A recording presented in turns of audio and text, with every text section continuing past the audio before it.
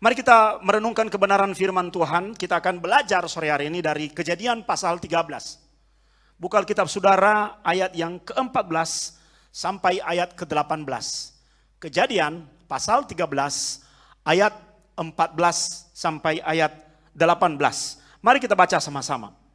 Setelah Lot berpisah daripada Abraham, berfirmanlah Tuhan kepada Abraham, "Pandanglah sekelilingmu dan lihatlah dari tempat engkau berdiri itu ke timur dan barat, utara dan selatan.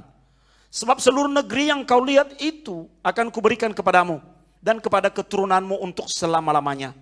Dan aku akan menjadikan keturunanmu seperti debu tanah banyaknya. Sehingga jika seandainya ada yang dapat menghitung debu tanah, keturunanmu pun akan dapat dihitung juga. Bersiaplah, jalanilah negeri itu menurut panjang dan lebarnya. Sebab kepadamulah akan kuberikan negeri ini, negeri itu." Sesudah itu Abraham memindahkan kemahnya dan menetap di dekat pohon-pohon tarbantin di Mamre, dekat Hebron. Lalu didirikannya lah mezbah di situ bagi Tuhan. Puji Tuhan saudara. Kalau kita membaca kisah ini secara keseluruhan, kita mengerti bahwa perikop yang barusan kita baca ada perikop di mana Abraham mengambil keputusan yang sangat berat untuk berpisah dengan Lot. Siapa Lot? Ketika Terah ayah Abraham dengan satu alasan tertentu memutuskan untuk hijrah dari Ur Kasdim menuju tanah Kanaan, mereka akhirnya berhenti di Haran. Ikut serta dalam rombongan itu adalah Abraham, istrinya Sarai dan menantunya Sarai, maksudnya istri Abraham, dan kemenakannya yaitu yang bernama Lot. Tentu saja pada waktu itu Lot masih kecil. Kemudian Alkitab menceritakan bahwa Terah meninggal. Setelah itu Tuhan berfirman kepada Abraham untuk meninggalkan Haran dan pergi memasuki tanah Kanaan. Saya tidak tahu kenapa Terah semula tujuannya adalah tanah Kanaan tapi berhenti di Haran. Ada kemungkinan Terah mengira bahwa Haran adalah tanah Kanaan. Ada kemungkinan yang lain bahwa di tengah jalan Terah berpikir, buat apa berjalan lagi ke Kanaan? Pada waktu itu di masa Abraham, kota Haran adalah kota yang sangat besar, salah satu pusat perdagangan, berada di tepi jalan jalur perdagangan. Jadi orang yang mau pergi dari satu tempat ke tempat lain pasti di wilayah itu pasti akan melalui kota Haran. Jadi, mungkin Terah berpikir bahwa itu adalah tempat yang terbaik untuk mereka menetap setelah berangkat dari Ur Kasdim. Tetapi rencana Tuhan tetap berjalan, tidak pernah gagal. Melalui Abraham saudara, Tuhan meminta Abraham setelah Terah mati, berarti kita sering menganggap ini sebagai penundaan, bukan? Sebenarnya tujuan akhirnya adalah Kanaan. Tetapi karena Terah berkata kita menetap di sini, Abraham tidak punya pilihan lain. Setelah penundanya mati, saudara, rencana Tuhan kembali dijalankan dan Tuhan berkata kepada Abraham, pergi dari sini dan masuk ke dalam tanah Kanaan sambil memberikan janjinya kepada Abraham. Pada waktu memasuki tanah Kanaan itu, Lot ikut serta menyertai Abraham. Ingat, Lot adalah kerabat dekat, kemenakan, tidak punya apa-apa. Mungkin diangkat anak oleh Abraham, karena itu adalah pamannya sendiri. Pada akhirnya, Lot menjadi besar dan memiliki harta kekayaannya sendiri. Entah dari mana, mungkin diberi oleh Abraham sebagai modal awal, tapi lama-kelamaan saudara, Lot juga bertumbuh dan menerima berkat dari Tuhan karena Abraham. Kan Tuhan pernah berfirman, diberkatilah orang yang memberkati engkau. Dikutuklah orang yang mengutuk engkau. Karena berada di samping Abraham, Lot ikut diberkati. Akhirnya Lot kaya raya juga. Tapi masalah terjadi di level grassroots. Masalahnya apa? Gembala Abraham berantem dengan gembala Lot. Memperebutkan ladang untuk memberi makan ternak-ternak. Memperebutkan sumber mata air untuk memberi minum ternak-ternak itu. Sehingga mereka berdua sebagai sesama saudara bersepakat.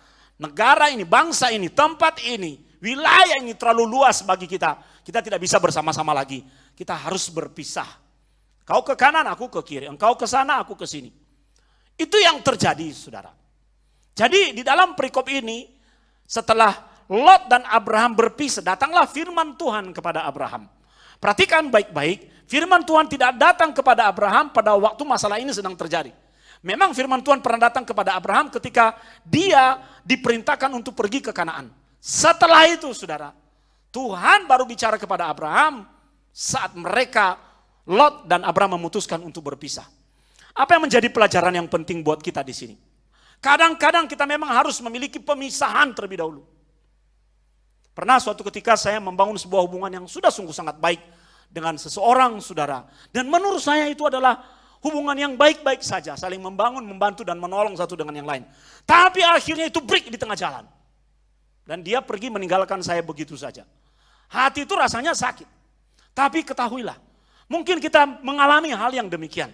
Mungkin kita mengalami dalam situasi yang agak berbeda, tapi ujung-ujungnya adalah perpisahan. Semula yang kita anggap baik tiba-tiba break dan meninggalkan kita. Saudara, seringkali Tuhan menggunakan situasi itu sebagai jalan masuk kepada kita. Kadang kan kita kecewa terhadap orang lain. Kadang kita sakit hati terhadap orang lain. Mungkin kita terlalu berharap kepadanya. Tapi perhatikan baik-baik. Tuhan lebih tahu hati manusia dibanding kita. Abuna itu kadang-kadang suka mendapat warning dari Abuni. Menurut saya hubungan saya dengan orang ini baik. Tapi Abuni berkata, Pak, hati-hati. Kadang-kadang kan kita tidak melihat itu. Apa yang terjadi di depan dari sebuah hubungan yang semula baik, Tuhan sudah tahu. Bahwa bisa saja nanti di depan kedua orang ini akan saling bertolak belakang, akan saling berlawanan, akan saling kontradiksi. Maka sebelum itu terjadi, daripada rencanaku gagal di titik ini, mereka harus split. Memang berat, memang menyakitkan. Kadang-kadang ada pemisahan yang berjalan dengan baik, seperti yang terjadi antara Abraham dengan Lot. Ada pemisahan yang terjadi tidak dalam situasi yang baik, didahului oleh konflik. Kalau kita berada dalam situasi yang sama, mari kita pelajari pengalaman Abraham. Bahwa setelah itu firman Tuhan datang kepadanya. Kadang-kadang langit menjadi tembaga karena seseorang yang berada di samping kita. Mengerti maksud saya? Nah, supaya langit itu bisa tembus, maka tembaga itu harus disingkirkan. Karena kita tidak tahu hati manusia. Memang berat, memang menyakitkan, tapi oleh sebab-sebab supernatural, saudara. Biarkan Tuhan bertindak. Kan hubungan itu teruji dengan waktu. Akhirnya kita melihat apa yang terjadi dengan Lot. Dia menetap di sebuah tempat di lembah Yordan, di kota Sodom. Apa yang terjadi? Semua harta kekayaannya akhirnya ludes. Apa yang dia peroleh ketika dia berada di samping Abraham, hilang tidak berbekas. Karena buru-buru meninggalkan kota Sodom. Allah memusnahkan kota tempat tinggalnya. Di tengah jalan, istrinya berubah menjadi tiang garam. Saat mereka akhirnya tiba di tempat mereka menyembunyikan diri dan melarikan diri. Dia diperdaya oleh kedua orang putrinya. Sehingga dia menjadi ayah dari cucunya. Coba lihat. Ending dari kehidupan seorang Lot. Abraham tidak pernah tahu itu. Tapi Tuhan tahu. Itu sebabnya Abuna selalu katakan siapa yang berada di sampingmu akan ikut berpengaruh terhadap destinimu. Amin saudara. Siapa yang berada di sampingmu akan ikut mewarnai kehidupanmu. Maka kita harus berhati-hati untuk menempatkan orang di samping kita.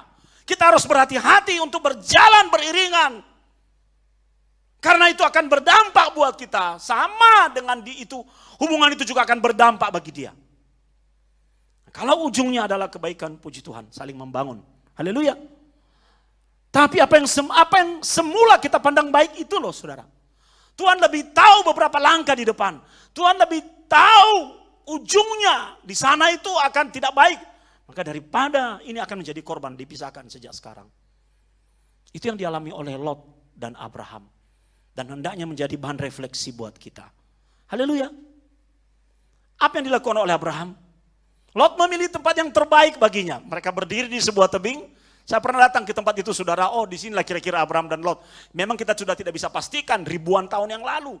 Tapi di situ ada bukti arkeologis dan bukti tradisi. Ada penggalian. Sehingga itu disebut sebagai Gunung Lot dan Abraham. Saya bertanya kenapa dinamakan demikian? Karena menurut cerita, disinilah mereka berdiri. Lalu Lot memilih lembah yang hijau. Abraham kemana? Lawan dari lembah yang hijau itu adalah padang gurun, gurun Negev. Poin yang kedua. Apakah Abraham jadi kecewa? Tidak, saudaraku. Apakah Abraham jadi patah semangat dan berkata, loh kok Lot dapat bagian yang terbaik, yang menerima perjanjian dari Tuhan kan saya. Dia pergi ke lembah Yordan, sampai dengan hari ini lembah Yordan terkenal sebagai tempat yang paling subur. Karena itu adalah patahan, saudara. Daerah patahan. Apapun yang ditanam di sana jadi. Itu ya, kalau Anda melihat tomat kalau di Indonesia itu kan segini ya, sekepal tangan. Tapi tomat di sana itu bisa besar-besar begini. Semangka bisa besar begini. Sayur-sayur bisa besar-besar. Anggur itu, saudara. Pernah melihat anggur begini? Wah, subur sekali. Apakah Abraham komplain atas situasi itu? Apakah dia berpikir seharusnya aku yang di sana? Bukankah aku orang yang diutus Tuhan ke tanah ini? Tidak. Saudara, kalau Anda berada dalam situasi yang demikian, belajar dari respon Abraham. Dia nurut Tuhan. Balik kanan yang dia temukan adalah padang gurun. Kontras dengan apa yang dipilih oleh Lot. Ingat, kita punya Tuhan yang tahu beberapa langkah ke depan. Itu yang dipegang oleh Abraham. Maka datanglah firman Tuhan kepada Abraham. Apa katanya? Di dalam ayat 14. Pandanglah sekelilingmu. Saudara, Anda tahu apa yang disebut dengan kekuatan visi? Ya, kekuatan visi. Dulu saya begitu salut dengan seseorang yang punya kemampuan untuk menulis buku. Berceramah di mana-mana. Saya salut, saudara. Dan saya mengikutinya. Ya, saya mengikuti dia. Di mana dia pergi, saya ikut membawa tasnya, membawa kopernya. Dia naik pesawat, saya naik kereta api. Mandi di stasiun kereta api di Jakarta itu pernah saya lakukan, saudara. Bau sekali, tapi saya mandi. Setelah turun kereta api, mandi, makan di warung Tegal di dekat situ, datang ke tempat seminar. Karena harus duluan dari dia. Saya persiapkan segala sesuatunya. Saya berdoa, Tuhan, aku mau lihat berdiri di tempat di mana dia akan berdiri itu. Padahal saya masih kacung. You see, Anda mengerti apa yang saya katakan, saudara? Kekuatan visi itu penting. What you see is what you get. Apa yang engkau lihat secara supernatural itu loh. Hidupmu akan bergerak ke sana. Setiap dia mengeluarkan buku saya beli. Saya baca. Dan saya berkata suatu saat, aku melihat bahwa aku juga menjadi penulis seperti dia. Akan menjadi pembicara seperti dia. Maka pernah terjadi dalam sebuah seminar. Dia menjadi pembicara pertama, saya pembicara nomor 2. Saya hendak menyalami dia. Tapi dia tidak mau. Terjadi. Bunda menulis beberapa buku. Bunda berbicara di mana-mana. Tapi saya tetap hormat kepadanya. Saudara, ini yang disebut dengan kekuatan visi. Itu sebabnya Allah membangun iman Abraham terlebih dahulu. Karena itu kuncinya. Walaupun yang dilihat adalah padang pasir, Tuhan berkata kepadanya, pandanglah sekelilingmu. Mau pandang apa? Lucu toh. Sekelilingnya padang pasir, Tuhan. Tapi jangan lupa, Abraham adalah orang Yahudi. Naskah ini ditulis oleh orang Yahudi. Musa, betul kan? Dalam kerangka pemikiran orang Yahudi. Maka kita harus mengamati teks ini dalam kerangka akar Ibrani. Mengapa Tuhan mengatakan kepada Abraham, pandanglah sekelilingmu. Supaya Abraham bisa membangun proyeksi imannya tentang apa yang dia lihat. Karena kalimat ini dilanjutkan, dari tempat engkau berdiri itu. Coba lihat. Dari tempat engkau berdiri itu, ke timur dan barat, utara dan selatan. Kalau di Indonesia, timur, barat, utara dan selatan, itu tidak lebih dari sekedar arah mata angin. Betul saudaraku? Tapi dalam kerangka pemikiran, cara berpikir orang Ibrani, ketika dikatakan timur, itu bukan sekedar arah, tapi bicara tentang orientasi. Mengenai sesuatu yang ada di sana. Bukan hanya sekedar arah mata angin. Tapi itu bicara mengenai orientasi, mengenai sesuatu yang ada di sana. Jadi seperti Abraham dituntut oleh Tuhan, menembus ruang untuk pergi terus ke timur, melihat sampai titik paling jauh di timur itu. Bahkan yang tidak terlihat dengan matanya, tapi bisa dilihat dengan kekuatan imannya, imajinasi spiritualnya itu loh. Ke arah itu. Kenapa di timur? Karena dari tempat Abraham berdiri, makin ke ujung timur itu Taman Eden. Tempat manusia pertama diciptakan oleh Tuhan. Makanya saya berkata, kita harus meneliti ini dalam kerangka berpikir orang Yahudi. Apa pasangan timur di situ, saudara? Dan barat. Timur. Misalnya itu timur. Ditarik ke titik paling jauh itu ketemu Eden. Barat. Ditarik ke titik paling jauh, itu ketemunya laut. Kalau Anda lihat peta itu akan lebih jelas. Lalu selatan, di mana dia berada saat itu? Itu padang gurun Negev. Utara, kalau ditarik lurus dari tempat Abraham berdiri, itu bukan hanya arah utara, saudara. Itu ketemu sebuah gunung yang ada di negara Syria hari ini. Anda tahu maksudnya? Batas terjauh di timur adalah Taman Eden. Batas terjauh di barat adalah laut. Batas terjauh di selatan adalah padang gurun Negev. Dan batas terjauh di utara adalah Syria. Itu luas sekali. Tuhan sedang membangun iman Abraham bahwa semua yang ada di sekelilingmu ini sampai ke titik yang paling jauh akan kuberikan kepadamu. Saudara, kalau mau memiliki impian yang besar sekalian. Haleluya. Tapi jangan jadi tukang mimpi. Impian itu bicara mengenai proyeksi destinimu based on your faith. Berdasarkan imanmu kepada Tuhan. Itu yang perlu kita teladani dari kehidupan seorang Abraham. Lihat. Segala sesuatu yang perlu Anda lihat dengan proyeksi imanmu itu dengan keyakinanmu. Minggu lalu kan Abuna menjelaskan bahwa teknologi ini dikuasai juga oleh Yakub akhirnya. Ketika dia mau menciptakan binatang yang berbelang-belang. Dia mengambil tongkat yang berbelang-belang ditaruh di depan binatang yang sedang berkelamin. Apa hubungannya? Tapi faktanya terjadi. Ketika mereka melihat yang berbelang-belang, mereka melahirkan anak yang berbelang-belang. Kalau binatang saja begitu, kenapa kita tidak? Haleluya. Makanya ketika kita berada di dalam jalurnya Tuhan, sekalipun secara harafiah apa yang kita lihat, apa yang menjadi bagian kita, kok kelihatannya tidak lebih baik dari bagian orang lain. Jangan kecewa. Dan jangan pernah putus asa. Ada seorang tokoh persamaan hak di Amerika, saudara. Martin Luther. Dia berkata, I have a dream. Dan akhirnya, dia bahkan tidak sempat menikmati itu, dia keburu ditembak. Tapi apa yang menjadi impiannya terwujud.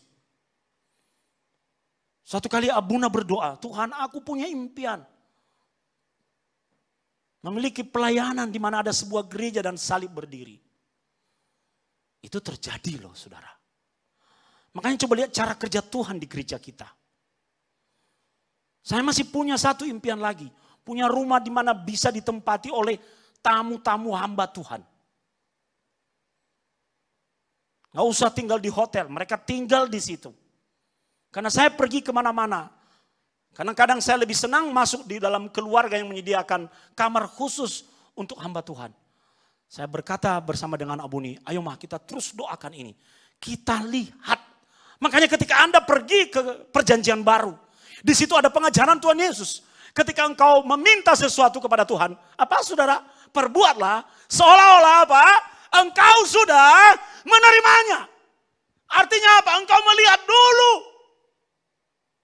What you see is what you get. Ini sebenarnya hukum rohani.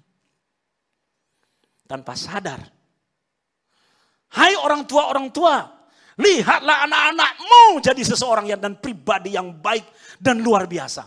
Haleluya. Kita para pelayan, mari kita mulai melihat pelayanan kita berkembang. Dan bawa itu di dalam doa dengan penuh keyakinan. Dengan iman kita kepada Tuhan. Kenapa? Karena janjinya menyertai kita. Dan menggenapi. Dan ikut bekerja untuk menggenapi itu terjadi. Maka yang dilakukan oleh Abraham. Sebab seluruh negeri yang kau lihat itu. Di situ ada kata seluruh loh saudara. Artinya tidak sebagian. Tidak seperempat. Tidak 3/4. Atau tidak lebih banyak. Tidak. Seluruh. Artinya tidak ada yang tersisa. Di zaman Abraham, dia belum sempat menikmati seluruh negeri itu. Tapi kalau Anda membaca kitab perjanjian lama, keturunannya 12 anak Yakub berkembang menjadi 12 suku bangsa yang mendiami seluruh tanah Kanaan. Apa yang menjadi janji Tuhan kepada Abraham digenapi. Sekalipun Abraham belum melihatnya secara fisik. Belum melihatnya secara harafiah. Tapi dia sudah melihatnya secara rohani. Amin. Bahkan Tuhan memberikan perbandingan kepadanya. Lihat debu di tanah itu. Debu apa? Pasir di padang pasir itu. Lo lihat. Kalau ada orang yang bisa menghitung. Sebanyak yang dia bisa hitung itu nanti keturunan. Nyatanya tidak ada orang yang bisa menghitung. Nggak ada. Artinya sangat banyak memenuhi bumi. Makanya dalam ayat 17 dikatakan, bersiaplah, jalanilah negeri itu menurut panjang dan lebarnya, sebab kepadamulah akan kuberikan negeri itu. Apakah Abraham pergi sampai ke batas timur itu? Bahkan Taman Eden Abraham sudah tidak tahu mana. Tapi ini kan penafsiran. Pokoknya ke arah timur. Apakah Abraham pergi sampai ke laut? Apakah Abraham pergi sampai ke Syria? Tidak. Tidak. Abraham menjalani negeri itu. Sejauh kakinya berjalan.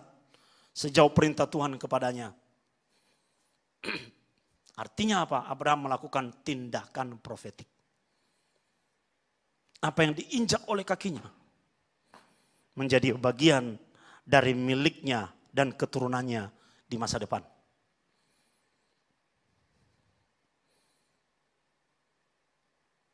Itu hukum profetik saudaraku. Jalani. Ketika tempat ini masih belum ada apa-apa, masih hutan. Tempat kerbau digembalakan. Ini hutan dulu. Orang bahkan tidak berani masuk ke daerah ini karena pohon-pohonnya besar.